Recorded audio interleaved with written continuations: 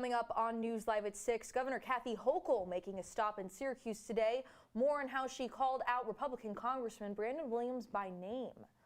Plus, a local library in Solvay is open this winter. More on how the library will be open. And 3 Syracuse University students were arrested for trespassing onto the Sigma Alpha Mu fraternity's property. News Live at 6 starts right now.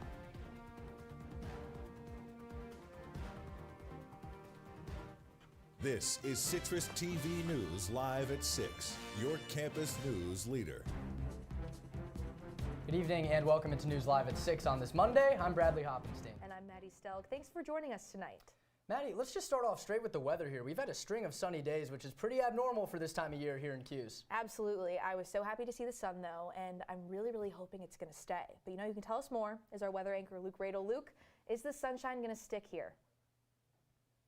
Maddie, it's been really nice to have a stretch of good weather here in February in central New York. Now, right now we're at about 34 degrees, wind gusts up to around 12 miles per hour, which makes it feel a little bit chillier out there, but the sunshine makes everybody happy, right? Heading into tonight, 26 degrees, the sun is going to set. It actually did set at around 5:22 p.m. Mostly clear skies, though, as we head into the evening. But to answer that question, is the sunshine going to stay? Unfortunately, we might have to bring back those umbrellas a little later on in the week, and not just because you're looking out for mustard splatter. No, we are expecting rain chances to increase on Thursday and Friday. But hey guys, at least it isn't snow, okay? Speaking of snow, I'll have a little bit more later on for you tonight about whether this winter season of 2023 and 2024 could set new records in the city of Syracuse, but maybe not in the way that you think. All that and more coming up a little later on tonight. Maddie and Brad, back over to you guys.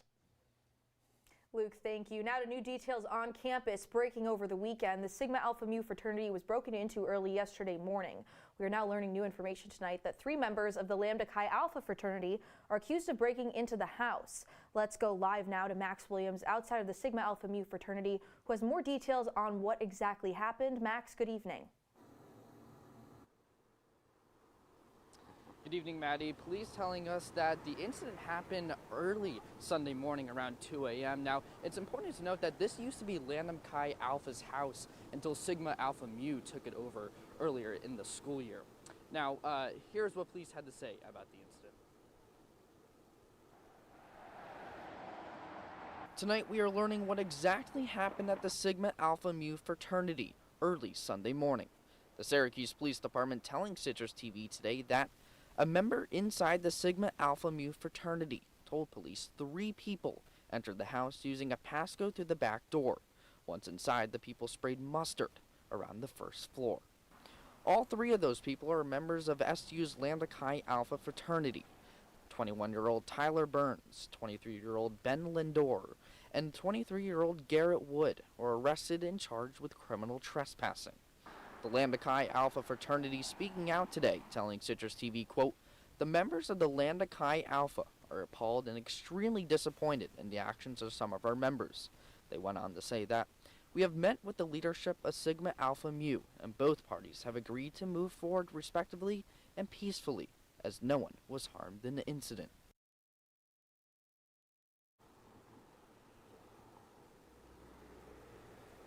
And Sigma Alpha Mu has not commented on the break-in. I did try talking to one of the members earlier today, but they said they could not comment on the situation. Live in Syracuse, Max Williams, CitrusTV News. Max, thank you. And applications are open for next year's session of the Student Association. There are 3 executive office positions available for the spring 2024 election, including president, executive vice president, and comptroller. There are also 43 assembly representative seats available. The deadline to apply is March 4th at midnight. The election will take place from April 1st to 5th. Syracuse class rings are now available to order. A ring representative will be on campus for 3 days for students to get fitted and order their class ring. You can stop by the campus store and shine starting tomorrow through Thursday from 11 a.m. to 4 p.m. You could also visit the university's campus store for more information. And Syracuse University is celebrating Black History Month. Kickoff was commemorated last Thursday with student group performances and rapper Cleo Trappa. Over 30 events will be hosted this month by the Office of Multicultural Affairs. This week there will be a pop-up exhibition by artist Ram, Rhythm Revival Zumba, the 3rd annual Afropreneurship competition, and more. For a full list of the events happening this month, you can check out the Syracuse University website. And visitors to Syracuse Airport will soon have 2 new places to grab a bite to eat before boarding their flights. The Syracuse Regional Airport Authority and Gideon Toll Management Services announcing plans on Friday. GTMS will be opening a Qdoba Mexican Eats and an Einstein Bros Bagels in the post-security areas of the airport, some familiar names. Qdoba is expected to be in the hallway leading to A gates. Einstein Bros will be located in a newly planned extension at the end of Concourse B. They will both open at different points throughout 2024. And speaking of traveling, Maddie, Governor Kathy Hochul making a trip to Syracuse today and called out Republican Congressman Brandon Williams by name. She wants the congressman to support a bipartisan border deal just announced by the Senate. Williams has responded by inviting the governor to sit down with the House Republicans to talk about these issues. Our very own Luke Radel was at the press conference and asked if she'd accept that offer. Governor, back to the border. You mentioned those 10 Republican members of the House. They have invited you to sit down with them for a meeting about these issues. Will you be meeting with them in the coming days? When they vote for this, I'll meet with them. That vote should be imminent. I'll be very happy to meet with them, but first they have to put their vote where their district is, where their state is. Their residents, the people of this state and their governor, expect them to do the right thing. Stop grandstanding, stop complaining about what everybody else can do. You have the power in your hands. Go to the speaker today. You've talked about SALT and other challenges where you can band together and be forceful. This is the issue of our time. Go forth and solve it, and I'll sit down and talk with you after you cast your votes in favor of the Biden-Schumer plan. Thanks, everybody. Thank you. And in a statement on X, Congressman Williams did actually respond to the border bill. He says in part that the compromise is DOA, which stands for Dead on Arrival. He also says the bill was crafted to give President Biden a get-out-of-jail-free card on the border. Now, we'll have more coverage of this little back and forth later tonight at 7:30 on Talking Points. And new at 6 tonight, 2 people are dead after a fire in the city of Norwich just after 2 a.m. on Saturday morning. The fire department responded to a structure fire involving a carport. Once firefighters got there, they found one person on the 2nd floor, but the person jumped before the rescue team could get to them. The victim was taken and treated at Chenango Memorial Hospital Emergency Department. They are currently in critical condition.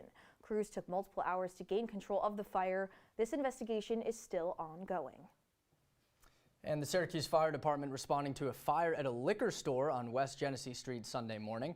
The fire started after sunlight magnified through glass containers and lit a cardboard display on fire. Now, the firefighters were forced to open the door of the liquor store, and after they did, they quickly found the fire and put it out. But the incident occurred before the business was actually opened, so no one was injured in the event.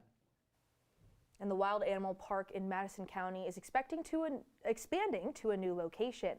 Owner of the park, Jeff Taylor, saying, quote, "We're building a wedding venue, event center, lodging, animal exhibits, everything kind of combined into one. One of the lodging options is called the Big Cat's Bungalow," sounds fun, Bradley, "where people will have a window in their room that peers right out into the habitat of their choice of lions or tigers.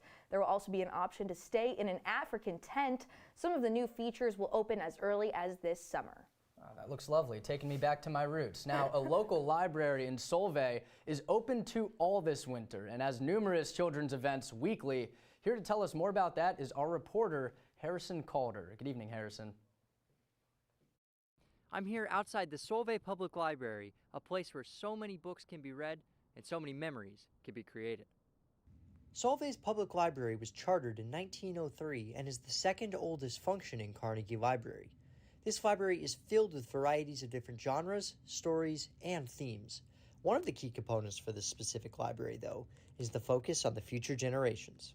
We go to the elementary school next door a lot to promote programs and reading. We work with the librarian over there all the time. And like we get toys and stuff downstairs and programs, just gets them in the door, and hopefully that gets them to check out some books and start reading. And we've seen huge numbers in our summer reading program the last 2 years.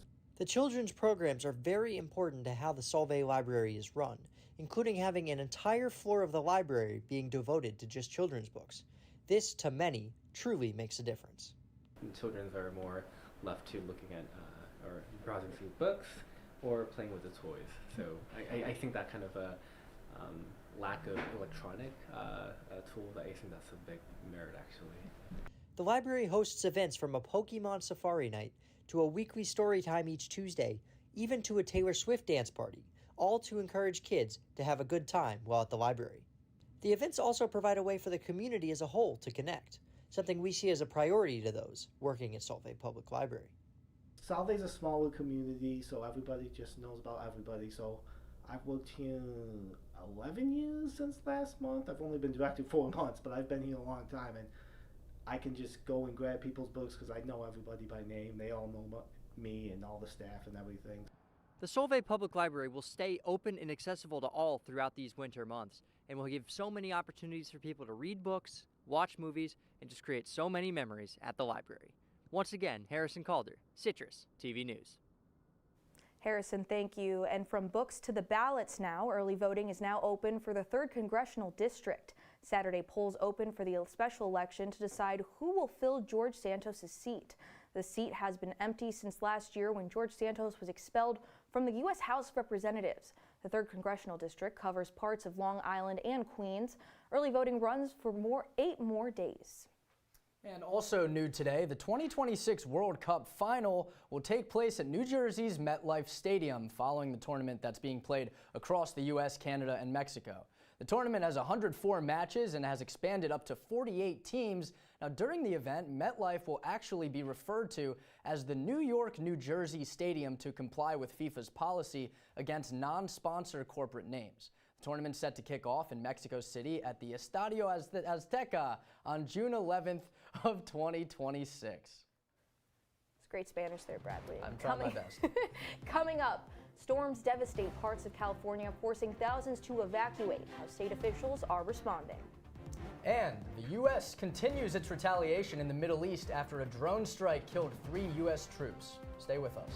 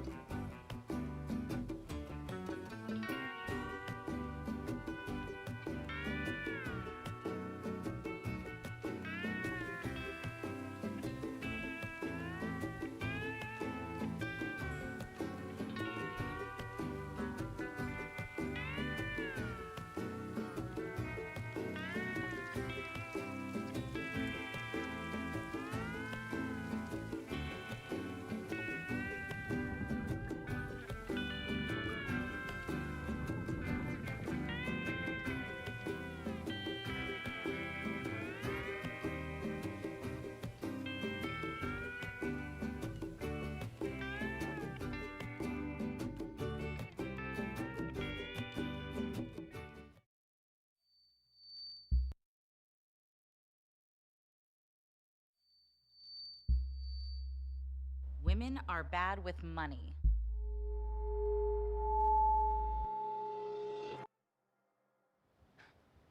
It's what the world's been saying for centuries. But now, we've got something to say. Save it. Save the old-fashioned advice, the empty excuses. It's all worthless, unlike us. To our fellow females, it is time to save ourselves by saving our money. Contributing to our futures, investing in our independence. Until we're no longer 80% more likely than men to live in poverty in retirement. So again, we say to that, Save it. The falsehoods, the feelings of fault. Then the funds. Learn how to save for your retirement at WeSaySaveIt.org. You're watching Citrus TV News live at 6 with Bradley Hoppenstein, Maddie Stelk, and Luke Radel. Now, your campus news leader continues. Welcome back to News Live at 6. The latest over on the West Coast. Over 1 million people in Los Angeles are still under flash flood warnings that were put in place this morning. Up to 10 inches of rain have already fallen over the past 24 hours, with more expected. Governor Gavin Newsom now declaring a state of emergency. The National Weather Service says its biggest concerns are the flash floods and the threat of mudslides are, quote, particularly dangerous. Up north, the storm flooded streets and brought down trees in the Bay Area over the weekend. Emergency crews spent hours pulling people out of homes and stranded cars. And to the latest in the Middle East now. In eastern Syria late last night, a drone attack on a base with U.S. troops killed 6 allied Kurdish fighters after nearly a week of back and forth in the region. The U.S.-backed group says the attack hit a training ground. No deaths of U.S. troops were reported. This is the latest in the retaliation effort against Iranian-backed militias that killed 3 U.S. troops last Friday. President Biden has previously said he's not looking for a broader war, but the U.S. continues its fight back against Iran. And U.S. Secretary of State Antony Blinken met with Saudi Arabia's Crown Prince today, marking his 5th visit to the Middle East since the war outbreak in Gaza.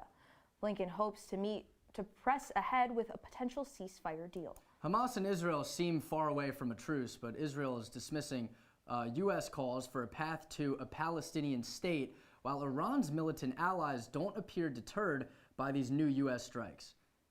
Let's go back to Washington now. The Senate, as we mentioned earlier, is unveiling its new nearly $120 billion bill to address border security and aid to Ukraine and Israel. The breakdown is about $20 billion for border security, $60 billion to Ukraine to support its war with Russia, and $14 billion in security funds for Israel. The bill was quickly met by opposition from the House of Representatives. House Speaker Mike Johnson says the bill is dead on arrival if it reaches his chamber, saying the bill is even worse than expected. Meanwhile, Senate Majority Leader Chuck Schumer says he's looking to hold an initial vote on the bill on Wednesday.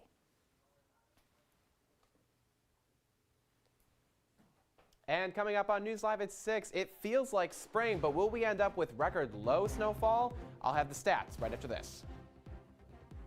Every time I hear the alarm bell go off in school, I think it's an air raid. A lot of houses in our neighborhood have been destroyed. I like to close my ears and sing songs whenever the bombs come close.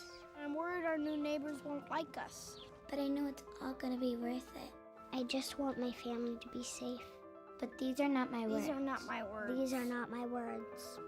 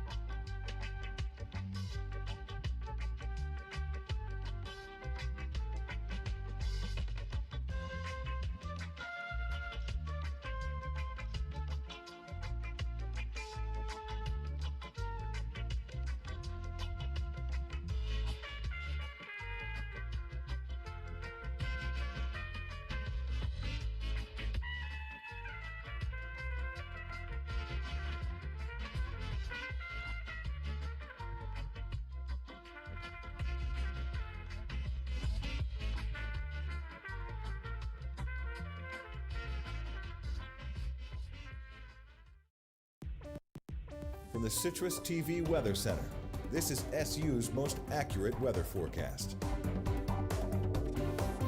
Welcome back to CitrusTV News. I'm Luke Radel. You've probably not seen a lot of scenes like this one when you're going out on campus. Do you miss them? I sure don't.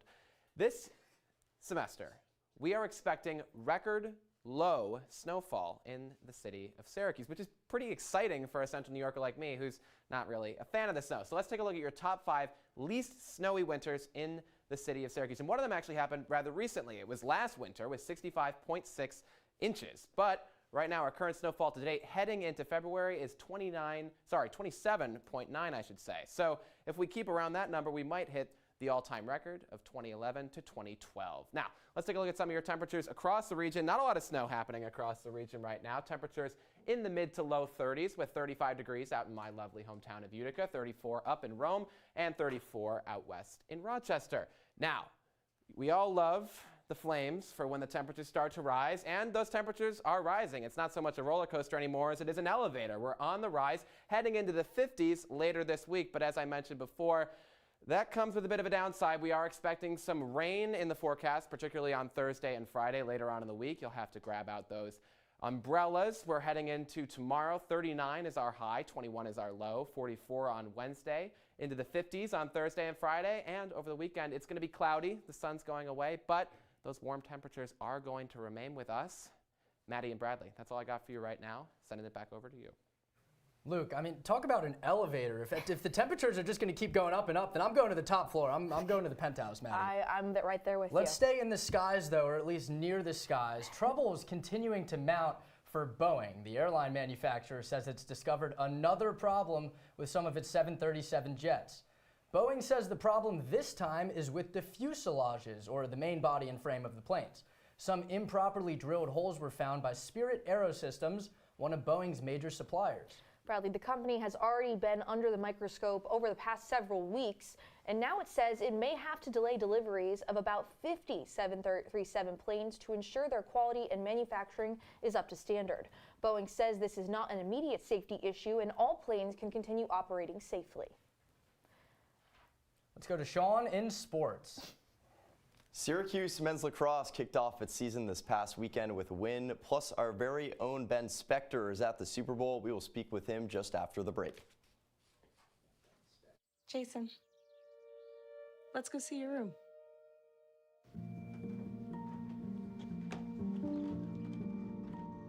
What do you think? We kept it a little spare, so you can decorate it how you like.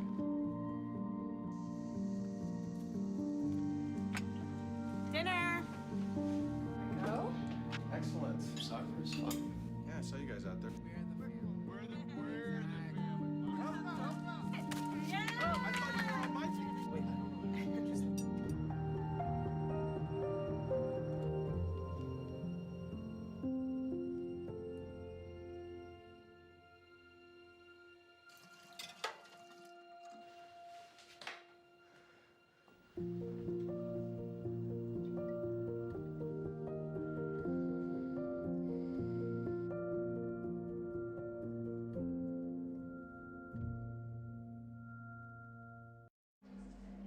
Life doesn't always give you time to change the outcome.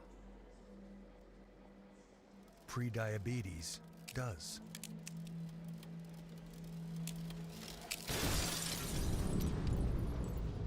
One in 3 adults has prediabetes, and you could be one of them. There are usually no signs for prediabetes, so it's important to understand your risk. With early diagnosis, prediabetes can be reversed. And you can change the outcome.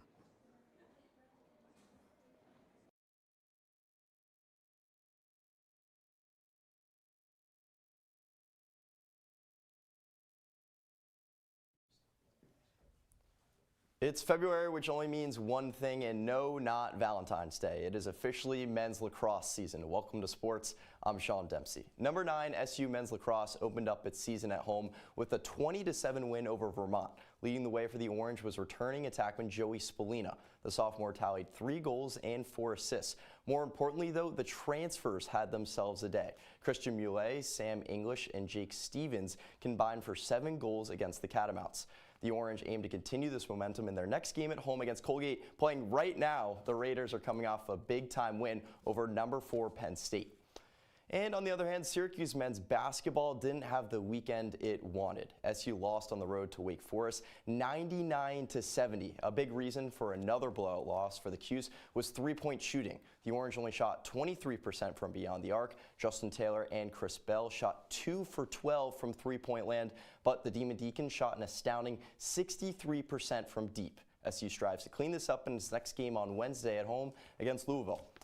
But as for Syracuse women's basketball, it was just another day in the office. SU took down Boston College 75-63 in the Dome last night. Actually, it was just Deja Fair who cooked up BC. Fair finished with 38 points and played all 40 minutes as well. Fair remains in 6th place on the NCAA career scoring list for women. Almost 116 points behind number 5 Brittany Griner. Fair's career high is 40 points, which is set just about 2 years ago when she played for Buffalo. Guys? Yeah, Sean, let's talk about the Super Bowl real quick. Of course. So I saw the Chiefs just touch down, I think it was yesterday, but I want to know, what are you looking for? What are your takeaways? What's your pick for the Super Bowl? My pick for the Super Bowl, I have to go with the Chiefs. I think the script writers and the storyline is going to be the Chiefs winning the Super Bowl, Taylor Swift, you know, seeing Travis Kelce when they win. I think the 49ers are a good overall team, probably better than the Chiefs, but I just think the high-powered offense with Mahomes is going to, you know, make it a good game. That probably makes you happy, right? I mean, as a Taylor Swift fan, it does make me happy, but I feel like it's not all about that. I actually think the game's pretty fun to watch, so I'm excited to watch regardless. Okay, I want a take from both of you on this. Oh, what do we gosh. think the reviews are going to be of Usher at the halftime show? I don't know. I was a big Usher fan when I was a kid. Big 2000s fan. Like DJ Got Us Falling in Love is a great song. So I think they're going to be pretty mixed, to be honest with you. Yeah. You think so? Yeah. I mean, the problem is I feel like he hasn't had a hit in That's like what I'm saying. many I years. agree, but I think it'll be nostalgic. It'll bring us back, hopefully. We'll have to take a look. I say if Taylor's there, just put her on the field and have her perform at halftime. Honestly, yeah, if she's already going to be there, why not? Well, when we come back, Luke Radel will have one last look at your wake-up weather. Stay with us. The reason I laughed was because you said Brittany Griner.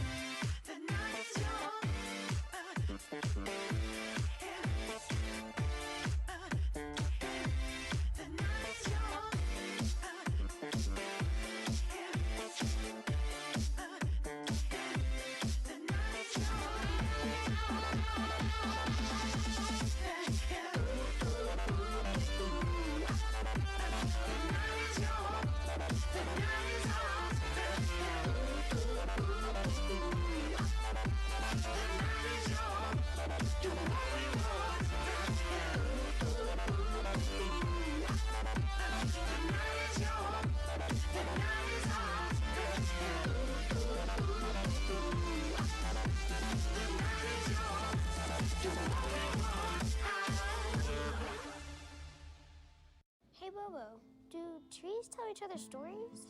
I'm sorry. I'm afraid I don't know that. Hey, why don't we go find out? Listen. Can birds draw pictures? I don't have an answer for that. Dad, do stars visit their friends? Look!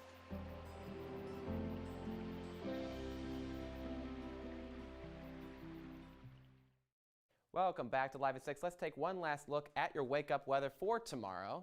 There it is. It's going to be 26 degrees when you wake up tomorrow morning around 9 a.m. It's going to be 39 as your high at 3 o'clock in the afternoon. And when you hang out with Caitlin Campbell tomorrow night on Live at 6, it'll be around 32 degrees. So, you know what? In the middle of the day, guys, light jackets only. Let's get rid of the bulky winter coats. I am so hyped for this, and that's not the only thing that I'm hyped about, we guys. know. Well, we know. What do we know is that Taylor Swift won Best Album of the Year at the Grammy Awards last night for Midnight, personally one of my favorite albums, breaking the record for the most wins in the category with 4. But Swift also used her 13th Grammy win to announce that she's releasing her new album titled The Tortured Poets Department on April 19th. Wow. So what are your guys' thoughts on this title? This album title? I think we're in for a whole new era. Like, truly. I know she's a poet, but I don't know. Tortured? Like, in Do you what? not think it's a bit random? A little just a bit. little I think bit? that's the word I was looking I'm for. sure that Taylor Swift fans will come up with theories. I'm sure there's some sort of connection to something on social media that they'll find. Sure, and as a political reporter, I'd love to see like a tortured poets department like within the federal government. Like just have a bunch of tortured poets sitting around in offices in DC like coming up with songs. That'd be great. I think there's already enough conspiracy around her in the federal government. Oh so my we're gonna cut it there. But I'm looking forward to this one, I gotta say. Should be fun. I am very excited. I think it's going to be a breakup album. That's what I've been hearing. Really? Rumors. Not Yes. with my guy Travis. Well, no, obviously not with Travis, but with the her British guy, ex-boyfriend right? Joe. Yes, London boy. Do you think Travis will be featured in the album? I really hope so. Wait, what do we think the song would be if Travis was on it? 87. Like 87. For his number. Karma is the guy on the Chiefs. Can he have like a That's a rap good verse? one. That'd be fun. That would be sick. Get Travis and Jason Kelce on that. I'd love to see There's it. no way he proposes to her at the Super Bowl. Right? No. No way. No. Because that just That's goes too against public. everything That's too that they public. stand for. Or what they Stand for? That you're the representative We now? have the couple spokeswoman right here. No, I'm just a journalist. I'm just a student journalist. Right. We're unbiased here, but luckily we have the Monday show, so we'll have your full Super Bowl roundup a week from now. Yes, we will. That's it for tonight. I'm Bradley Hoppenstein. And I'm Maddie Stelk. From all of us here at Citrus TV News, have a great evening, Syracuse. Ridiculous. No,